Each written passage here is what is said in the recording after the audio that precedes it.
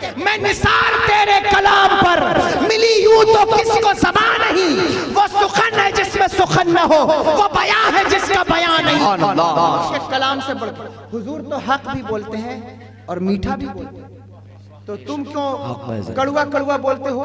میٹھا بولا کر۔ ایسا ہو سکتا ہے کہ حق کو اچھے الفاظ کے ساتھ بولا جائے تو وہ میٹھا لگے، اور برے الفاظ کے ساتھ بولا جائے تو کڑوا لگے۔ اور ولی وہ ہوتا ہے جو صادق بھی ہو اور مصدق بھی ہو، یعنی حق بات کو کہنے والا بھی ہو اور حق کو قبول کرنے والا بھی ہو۔ سمجھ گئے میری بات کو؟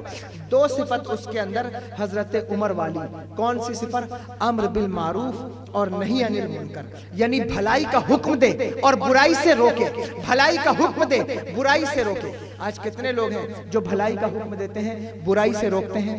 دوسروں کو بھلائی کا حکم دینا آسان ہے، جیسے میں یہاں تقریر کر رہا ہوں، میں آپ کو بھلائی کا حکم دوں گا، یہ آسان کام ہے، آسان کام ہے۔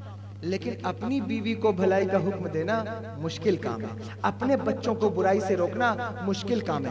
تو دوسروں کو بھلائی کا حکم دینے سے پہلے اپنے گھر والوں کو بھلائی کا حکم دو، اپنے گھر والوں کو برائی سے روکو۔ اگر قادری ہو تو یہ کام کرو، یہ کام کرو کہ اپنے گھر والوں کو برائی سے روکو، بھلائی کا حکم دو۔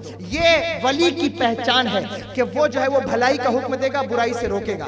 کسی کو اچھا لگے یا برا لگے، لیکن بولے گا ضرور کہ یہ کام برا ہے، یہ کام اچھا ہے۔ اسی لیے لوگوں کو، بہت سے لوگوں کو ٹینشن ہو جاتا ہے کہ صاحب وہ جو ہے وہ یہ تو ایسا کر دیتے ہیں، وہ تو ویسا بول دیتے ہیں۔ نہیں، جو اچھی بات کرتا ہے اس کی بات کو قبول کیا کرو۔ چلو بات لمبی ہوگی۔ پھر دو صفت اس کے اندر حضرت عثمان غنی والی ہونی چاہیے۔ کیا کیا صفت؟ پہلی صفت یہ کہ وہ جو ہے مہمان، یعنی کہ وہ سخی ہو، سخی ہو، سخاوت کرنے والا ہو، بخیل نہ ہو۔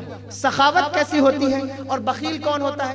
سخاوت کس کو کہتے ہیں؟ سخاوت کا مطلب یہ نہیں ہے کہ جو ہے وہ یہاں سے چلے جاؤ اور 2 لاکھ کا آئی فون لے لو اور کہو میں تو بڑا سخی ہوں، میں 2 لاکھ کا فون رکھ کے گھومتا ہوں۔ 15 20 25 لاکھ کی گاڑی لے لو اور کہو میں بڑا سخی ہوں۔ سخی وہ نہیں ہوتا، یعنی کہ آپ دیکھیے نا کہ آپ کو لگے گا کہ صاحب یہ پیر تو بڑے سخی ہیں جو ہے وہ 50 لاکھ کی گاڑی میں گھومتے ہیں۔ سخی وہ نہیں ہے۔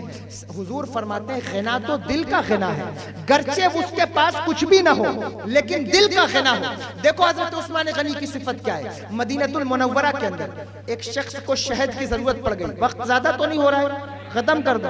مدینہ المنورہ کے اندر ایک شخص کو شہد کی ضرورت پڑ گئی، وہ آیا کسی سے کہنے لگا مجھے شہد کی ضرورت ہے۔ اس سے لوگوں نے کہا شہد چاہیے تو آج باہر حضرت عثمان غنی کا قافلہ آ رہا ہے، باہر چلا جا، مدینے کے باہر ان سے شہد مانگ، وہ تجھے شہد دے دیں گے۔ کتنا شہد چاہیے؟ کہا وہ تھوڑا سا شہد چاہیے۔ باہر گیا تو حضرت عثمان غنی کا قافلہ تجارت سے لوٹا تھا، اس نے کہا حضور مجھے تھوڑا سا شہد چاہیے۔ جب حضرت عثمان غنی نے سنا تو اپنے غلام سے کہا سنو، وہ جو فلاں اونٹ پر شہد کے 2 مٹکے ٹنگے ہوئے ہیں اس میں سے ایک مٹکا اٹھا کے اسے دے دو۔ تو ظاہر ہے کہ غلام حیران ہو گیا کہ یا اللہ تھوڑا سا شہد چاہیے تھا، یہ تو پورا مٹکا دے رہے ہیں۔